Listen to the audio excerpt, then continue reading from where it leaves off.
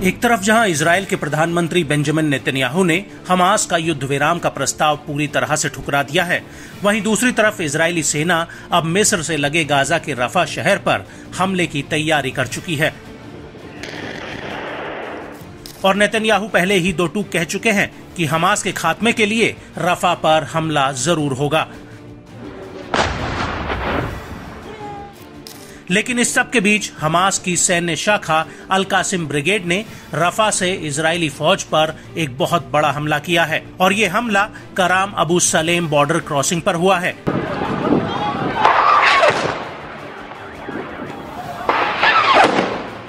इस क्रॉसिंग का इस्तेमाल गाजा में इजराइल या मिस्र से मदद भेजने के लिए हो रहा था, लेकिन अल कासिम ब्रिगेड ने इसी क्रॉसिंग बॉर्डर पर आग के गोले बरसा दिए, जिसमें इजरायली सेना के 3 सैनिक मारे गए हैं जबकि 12 सैनिक घायल हुए हैं।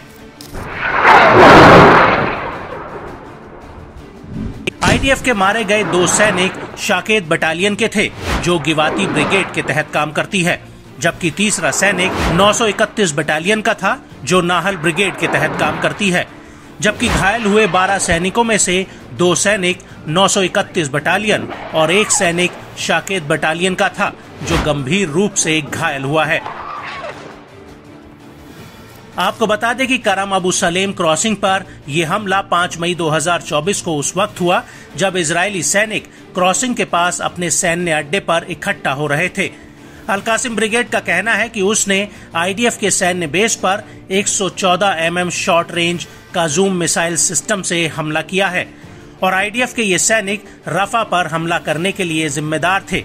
इसमें इजराइल के शिन बेट के अधिकारी भी शामिल हैं, लेकिन इजरायली सेना ने जवाबी हमले में उन लॉन्चर्स और उसके पास की बिल्डिंग्स को तबाह कर दिया है जहां पर आईडीएफ के ऊपर से ये रॉकेट दागे गए थे।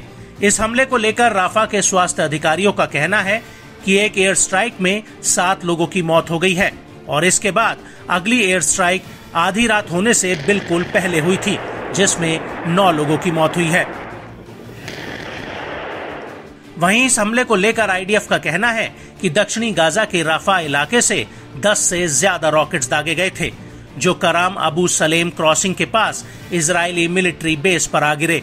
ये रॉकेट्स करीम शलोम कम्युनिटी के पास आकर फटे थे और इनमें से ज्यादातर रॉकेट्स उस जगह पर गिरे थे जहां पर इजरायली सैनिक इकट्ठा थे और ये सैनिक आईडीएफ के मिलिट्री उपकरणों की सुरक्षा में तैनात थे जिन्हें राफा में हमला करने के लिए लाया गया था।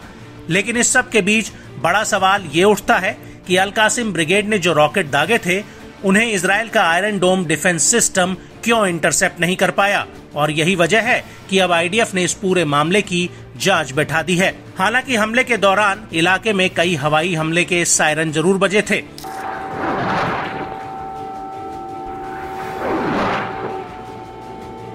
और हमले को लेकर इजरायली सेना का कहना है कि ये राफा के बिल्कुल पास से दागे गए थे। आईडीएफ के मुताबिक शरणार्थी शिविरों के करीब 350 मीटर की दूरी से ये रॉकेट फायर हुए थे। लेकिन इस सब के बीच इस हमले से एक बात तो साफ हो गई है, वो ये कि नेतन्याहू राफा में हमास के मजबूत नेटवर्क की जो बात कह रहे थे वो सच साबित हो गई है। इसको लेकर आईडीएफ का कहना है कि राफा में हमास ने संगठित रूप से अपना नेटवर्क फैला रखा है। वो आम नागरिकों को ढाल बनाकर छिपे बैठे हैं और हमास के खात्मे के लिए राफा पर हमला करना बेहद ही जरूरी है।